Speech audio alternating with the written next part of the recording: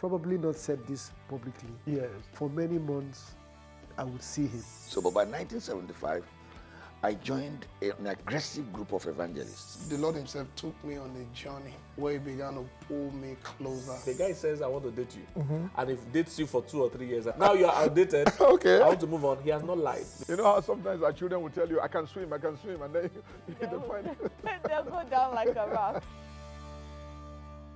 Hey, my dear friends, you're welcome to this series, this edition of Life Series with Dr. Joe Tarkon.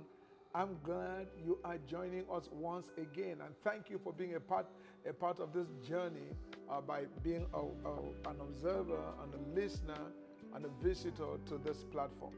Today, we are going to be having an exciting conversation with an iconic Christian leader, a man of God, a servant leader who has traversed the tapestry of our Nigerian Christian community, not just within Nigeria, but in over 40 nations of the world. He has been a leader. He has taught on leadership, on discipleship, and on the Christian values that enhances maturity in our work with God. Ladies and gentlemen, it's my pleasure to invite to the studio with me, Pastor Charles Achonwa. You're welcome, sir. Thank you, sir. We're glad you are here with us today. Many, particularly of this generation, they are not familiar with Pastor Charles Achonwa, but I have known him for almost 30 years. Well, before I even got to know him, way back in 1986, 87, I used to hear a lot about him. We are glad to have you. Sir, I want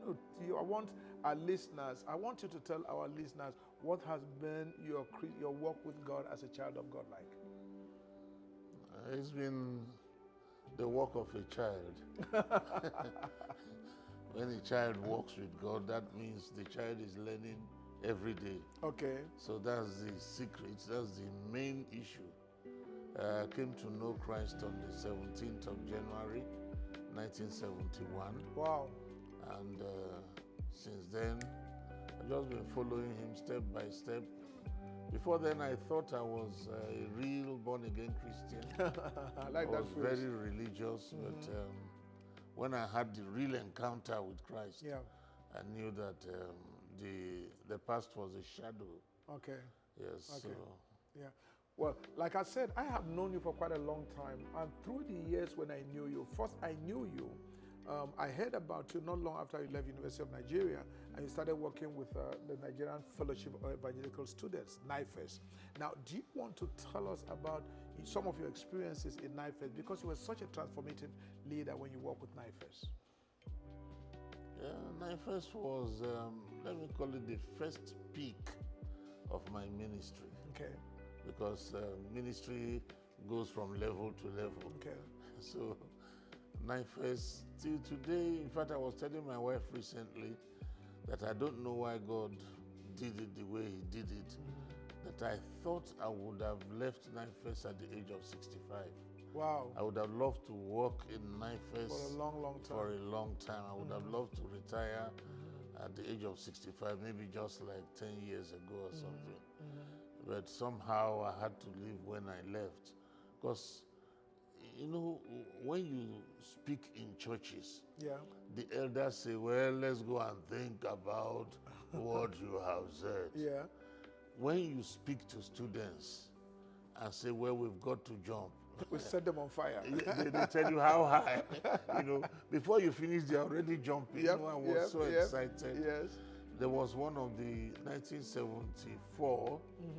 I was a speaker at 1984. Sorry, I was a speaker in Zaria, the Zaria conference. Yes. And I decided to distribute them to various local governments in Nigeria during the long vacation. Yes. By the end of that long vacation, we got letters from almost every local government area in Nigeria, talking about the impact of the students. Some, of course, positive, some saying they were scattering the church, and, you know, people who didn't talk.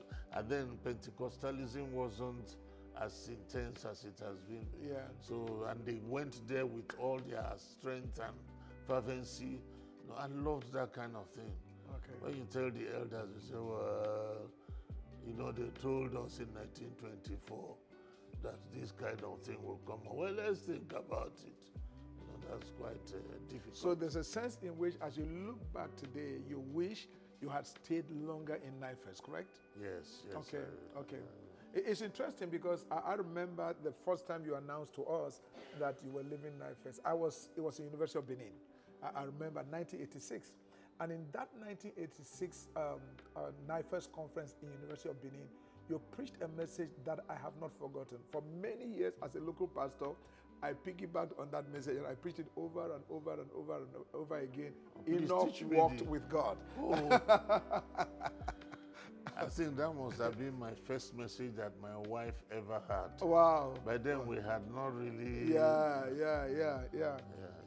I remember Enoch walked with God and you started the message. Enoch, it means that he was a child of light. He was not a child of darkness. And all. I remember some of your messages. Your message on Nehemiah, it still rings true in my head, So now, let me ask you, what do you think was the significant challenge of NIFES at that time? And the reason why I ask this question is because students are always students. Young people will always be young people. The challenges they faced then are about the same challenges they are facing today. What do you think was the significant challenge of NIFES at that time? Left to me, I think, personally, I may be wrong, I think they needed a closer leadership that had a deeper spiritual impact. Okay. That's left to me. Yes. Because the students, let me take their own perspective as constant, but if we give them the kind of leadership they required, yes. For instance, we developed a vision, we called it NIFES Vision, and we wanted all the campuses to catch it and to run with it. But such things were not pushed as effectively as I think we should have done. I think leadership was what we needed. It's interesting because for some people, this is more like a history lesson on some of the events that have happened within the Nigerian Christian community. One of the things that happened at that time, you remember, was the fact that they wanted all the Christian union across the nation to bear NIFES. And that became, in my opinion, because that's how I entered the national executive of NIFES, that became a major problem. Do you think that that policy should have been pursued at the time? I told From them, the experience you have now. I was leaving NIFES at that time, yes. I told them I was not part of it. I appreciate I that. stood against it. Until today, I still stand against it. Yes. What makes impact is not name. Yep. It's ministry. We just wanted everybody should answer NIFES. For what? It has caused us problems. That's right. Till today. Right. That's right. It has split the fellowship and everybody. We have Christian Union now. We have different kinds of things. Yeah, because I remember that actually it was an error as far as I'm concerned. It resulted to the fragmentation and the intensity with which the students supported NIFES. Yes. Now, you moved from NIFES, started a local ministry where you became General Overseer Doulos. Okay? So what were your experiences? What would you say was your journey of faith in Doulos?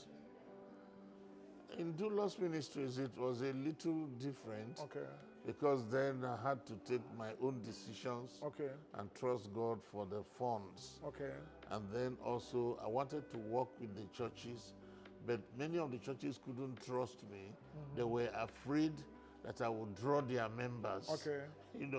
So that was it. It had quite some conflicts. Okay. But God helped us where the door opened, especially in the Redeemed Christian Church of God. Yes. It has helped us to preach in over 60 nations now. I'm glad you mentioned the Redeemed Christian Church of God, short form RCCG. I noticed over time that you have a very close relationship with the General Overseer, who is my pastor, my boss, my mentor, my spiritual father, Pastor E.A. Adeboye. Tell me your experiences. He's like a father to me. Okay. A friend to me. Okay. How do I describe him? Anything good that somebody is to another. Yes. That's what that the Adeboye has been to me. Yes. And his family members have been close to us too. Yes. So he's been my mentor, he's been my teacher. I thank God I've made some significant contributions to his ministry. Okay. As a person and as a servant, so to say, or more as a son. Okay. He takes me more like a son. Yes. So I think he's one of the most significant human impacts on my life when it Wow. comes to ministry. Wow, wow. Pastor E.A. Adeboye. That's interesting. It's interesting you say that because growing up, you remember, I looked up to your leadership, I looked up to your guidance and all of that. And when you came to NIFES at the time to do a series on Nehemiah, it was awesome. And now, when you look at the leadership trajectory of our young people today in comparison, particularly within the university community, what would you say, is there any significant difference? Each age Yes. has its own stage. I like let that. me put It it has that its way. own stage, yeah. So, during our time, we had the conflict of several doctrines. We had the Branham, we had the Franklin Hall. That's right. We had Frisbee. That's right. And so on. Yeah. And then the Central Pentecostal Pentecostal movement at the time. was also coming up. But now that's not really their conflict as much as what I call, how do I describe it? To some of us, the church is becoming worldly. There's an integration of what we would have called carnality in our time. Yeah. But now they don't just regard it as anything. Yeah. It's part of life. Okay. So that's the challenge to me. They are Okay. passing through. Now, which one was Too the one, liberal. Which one was the one that was trying to rapture? You know, which one was that one? When they were practicing rapture. Rapture, Yes. Who were they? It's all the Frisbee, Branham yeah. group of people. It's their group of people. Okay. Okay. Now I'm glad at this your consideration of the difference between the youth, Christian youth of that time and now. So do you think, in a sense, because now we have social media, we have the pop culture, we have the breaking downs of barriers and walls because of the easy accessibility to information. Do you see some kind of contributing factor within this elements? Social media, pop culture, and all that. Yes. The young people today know much more than what we knew. Okay, so you mean spiritually? No. Okay. No. Academically and societally. Okay. They know much more than we knew. They're exposed to more information. Okay. And maybe that's why they have not had enough time to be exposed to the kind of depths of revelation that we had. Okay. We seem to have more exposure to revelation, Wow. but they have had more exposure to information. Okay. So that's the main difference that I have seen. Okay. But again, you know that there are some young people who are really on fire, both in terms of information and revelation. It's like that in any age. Okay. Even when when you think everybody is in error, God will always have his own. Okay. You know, so there are some young people who have it, both the fire and the power of the Spirit at the same time. Okay. One cannot deny it. Let's address some personal parts of ministry for you, because you are not just an incredible teacher of the word, but you also have I've seen you minister with a prophetic bent and all of that. Now, what do you think? Then you are also a musician. You know, that's the part I really want to address, that music inclination of yours. And you know this controversy that has gone on for a while now about whether Christians, musicians, should ask for money, compensation before the minister, or they should just leave it open to the people who invite them, the Christian ministries and churches that invite them. What say you? It's because of the way they've been treating the musicians shabbily. I appreciate that. There was a time they used to treat preachers shabbily like that. Okay. At least, you know, we started when it was not popular to really, when honorarium was not popular. No. But over the years, people have discovered that it is important to take care of those who are taking care of your spiritual perspective. Yes. So the musicians have to get to the point where people appreciate their part of ministry as being as important as that of the preacher. Yes. So that's why right now they are asking. It just depends on individuals, but I know with time, Yeah. they will take it as a normal thing. Yes. The controversy will fade. Okay. Yes. So when you say take it as a normal thing, the ministers will take good care of the musicians, Yes, and yes. the musicians too will not work in No, fear they won't need that to. they will not be taken good care of. Okay. Now I like that. I like that position that you have taken. But let me ask you this: as a minister, if you were to talk to your younger self 25 years ago, 30 years ago, 40 years, 50 years ago, what would you say? That's with the experience I have now. Yes.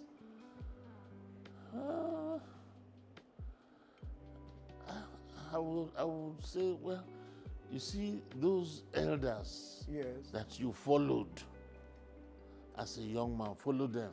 All the Emmanuel Oladipos, Kola Ijiwumis, who didn't seem to be, I say, fire all the way, but they were sound. Yes. I would have said follow them. This man who was general overseer of Maikoye. Foursquare, Maikoye, Yes. Maikoye, Odunaike. Yes. See, those were people who made me. Yeah. I don't know, God gave me grace to be close to them. Yes. I would still advise myself, follow those people. W.F. Kumuyi, Okay. E.A. Adeboye. Okay. Follow them. Yeah. You'll make less mistakes. Wow. That is interesting because, I was thinking about talking about some of the people who have had great impact in your life in terms of mentoring, in terms of discipleship, in terms of pastoral oversight. I know you have mentioned Pastor E.A, Adeboye, Daddy Gio, but have these people have an impact in you either directly or indirectly? That of Daddy Adeboye is. I've know. already talked about it. Yes. I mean, whatever I am as a Christian leader today, if I'm to attribute percentage to human beings, I would attribute to Daddy Adeboye 70%. Wow, that's an A in Nigerian academics. Okay, let me make it 80% to be sure that it's really. Yeah. Because he has taught me so much by personal. I was his crusade director for 3 years. Wow. And what I did most then was to grow. Okay. To watch him and grow. Okay. Even though I was running around for him. So W.F. Kumuyi made a lot of impacts in my life between 1971 and 1977. Okay.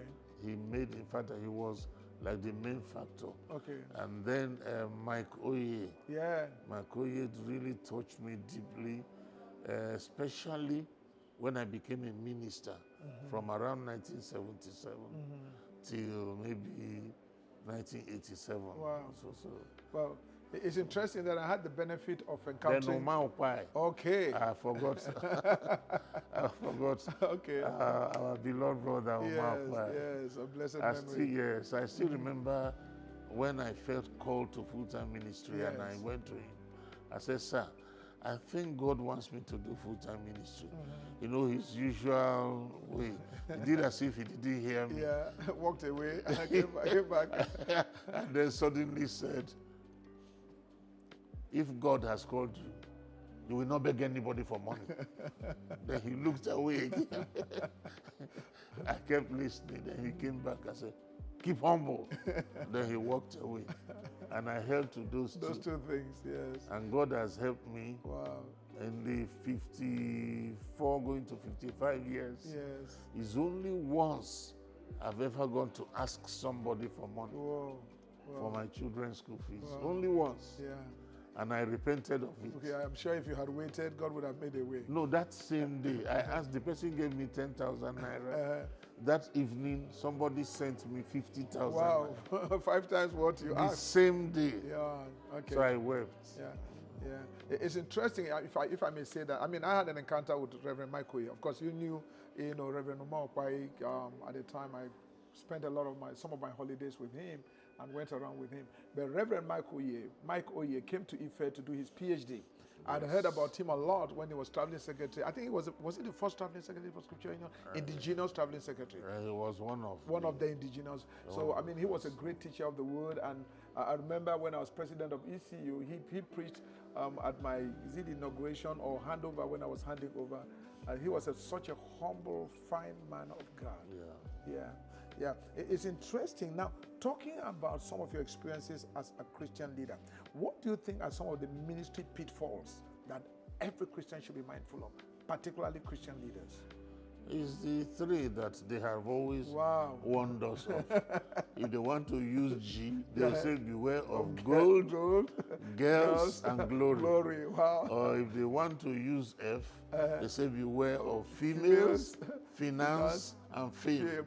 You know, so those are the three. Okay. One should just watch. If you watch those three, you're safe.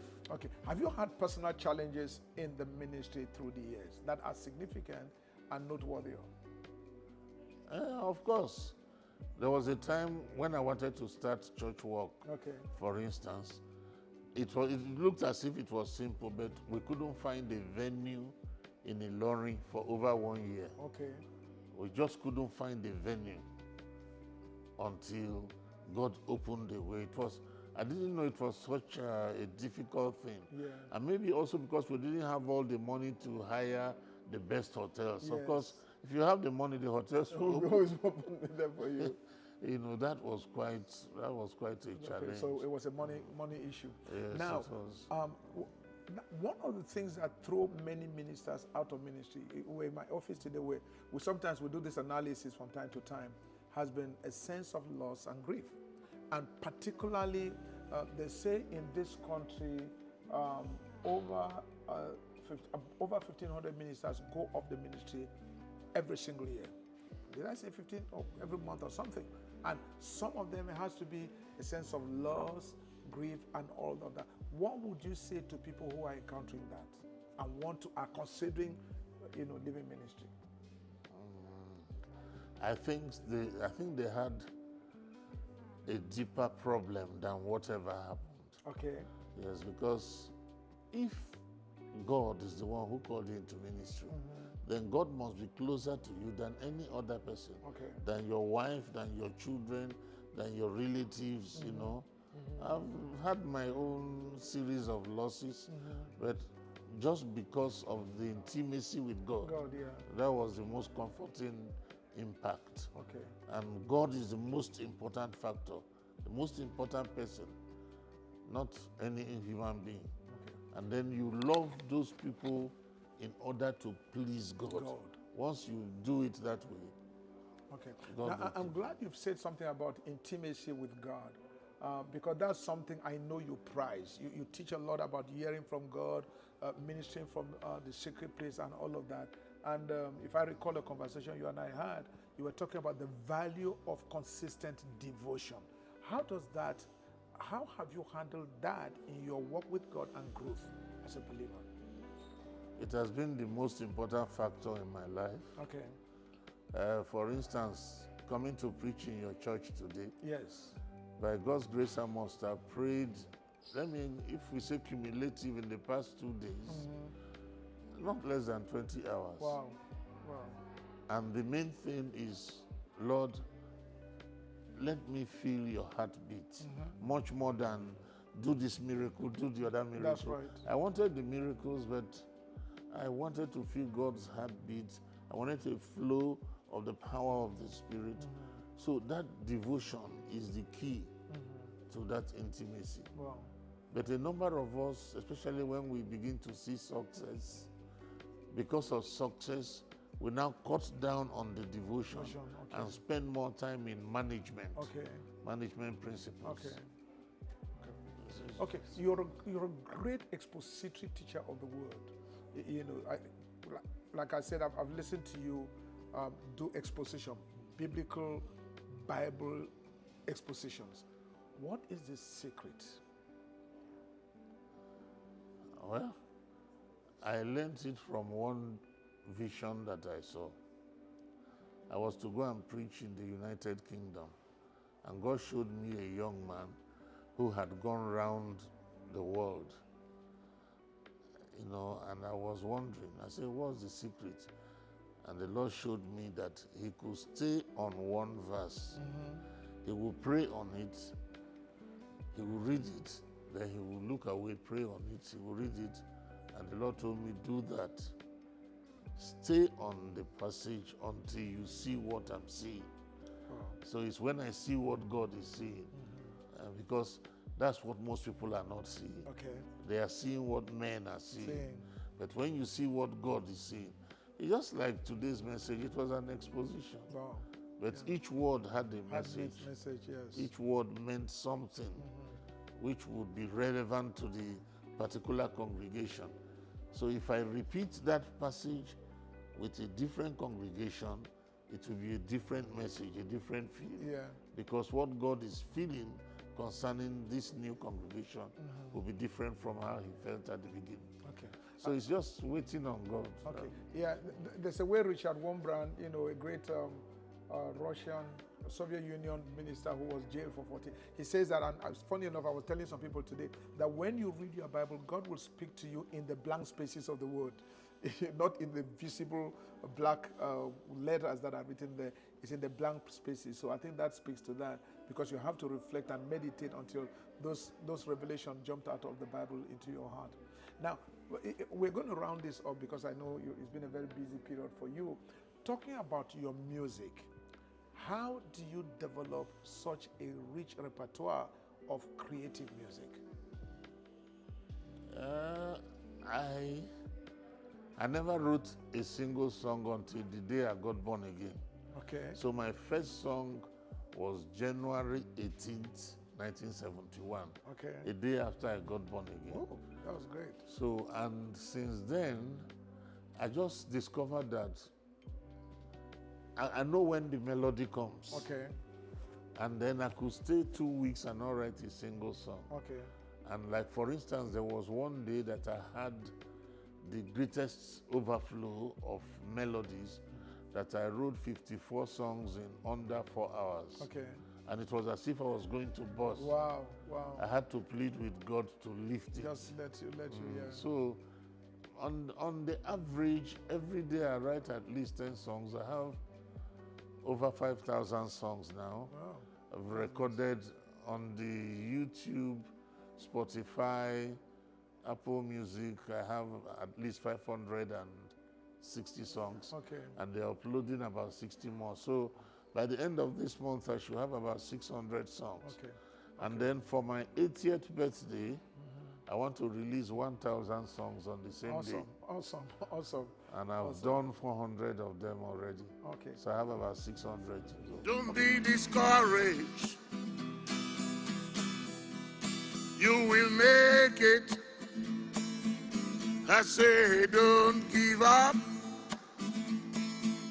And don't you quit. Don't be discouraged. You will make it. I say that you will make it. Say I will make it. You will make it. How do you deal with burnout?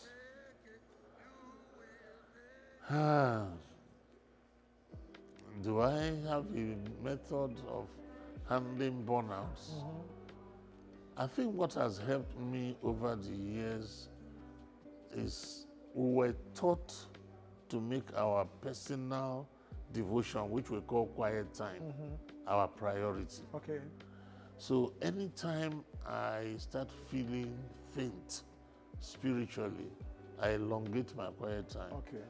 So if you ask my wife, I have no time when my morning prayer ends. Okay. Sometimes it ends the next day. Sometimes it just starts and it just continues till the next day. Okay. So that's how God has helped me. you. So I don't really burn out as such. Okay.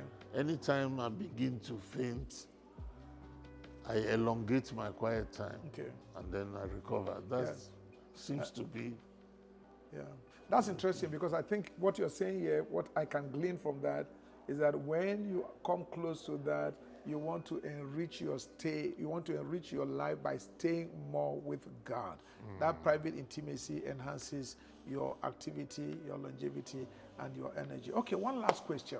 And this is, again, very personal. I got to learn that you were a goalkeeper growing up. Yeah, I was into sports.